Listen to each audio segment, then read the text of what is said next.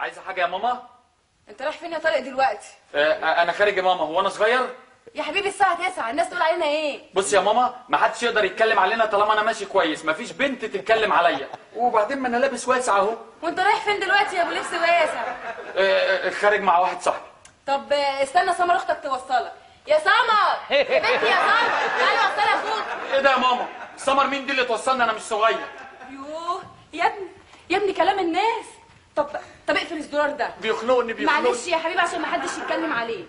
ماشي يا ماما، مع السلامه. مع السلامه يا حبيبي، ربنا يسترها عليك وعلى كل الصبيان اللي زيك. عايزه حاجه من تحت؟ لا يا حبيبي ربنا يخليك. السلام عليكم. وعليكم السلام. اهو يا ماما، ادي الزرار الخنيق.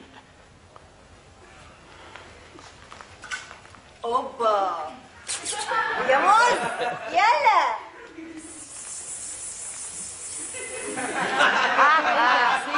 انت يا دي عزي يا جميل يا ايه ده؟ انتوا اتهبلتوا في مخكم؟ انتوا مش عارفين اختي تبقى مين؟ مين يا قمر؟ انا اختي سمر الحكش. اوبا امين يا شبح، احنا اسفين يا اسطى. عموما لو اي بنت اتعرضت لك قول لنا واحنا نزعلها لك على طول. اصلي يلا بيت يلا بيت.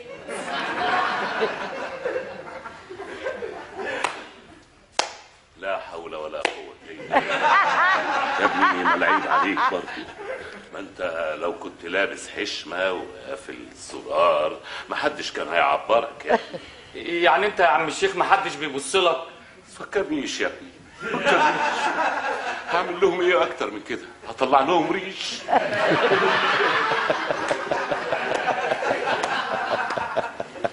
يا طارق.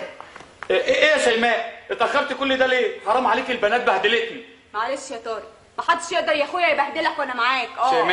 شيماء بصي، احنا لازم نتجوز. موضوعنا طول قوي وانا خرجت النهارده بالعافيه. خلي بالك انا يستحيل اتخلى عني. شيماء الموضوع كبر قوي مننا طب لازم نتجوز. طب يلا بينا على البيت يلا. وبعدين الحاج تعبان وعايز يشوفك. الحاج تعبان وعايز يشوفني؟ شيماء احنا ما ينفعش اروح بيتكم خالص غير لما نكون متجوزين او مكتوب كتابنا او حتى قاريين فاتحه. سيب الخروف يا ناجي. يلا بسرعه. افتح لي سكه. اتفضل يا استاذ. خش يا حبيبي تعالى. ايه ده؟ انت بتقفلي الباب بالمفتاح ليه يا شيماء؟ اصل في جراد غلسه قوي هناك، وبعدين لو شافوك كده وشباب طالعه داخله هيبقى المنظر مش لطيف. ايه ده؟ مش انتوا ايوه. وبعدين ما انت طلعت حلوه اهو، تيجي شقق يا عم. ده احنا ليلتنا نايت النهارده. فين باباك يا شيماء؟ موجود يا حبيبي موجود. انت خاينه يا شيماء، انت خاينه، وكل البنات خاينين. كل البنات بتحبك. كل البنات خاينين طبعا يا سيدي. يا بختك وانت اللي زيك مين؟ وانا انتوا عاملين عليا حفله. ما تهدى بس كده يا جسم من ملبن وعقل من حجر. انت تعملي فيها شريف ولا ايه؟ انا شريف غصب عنك. لا الواد ده ما ينفعش معاه غير كده. احنا في زمن الوحوش الناس ما بيرحموا.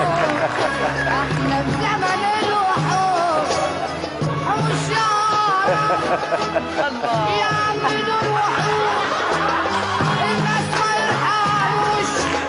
يا عم دول وحوش الناس ولا حمو.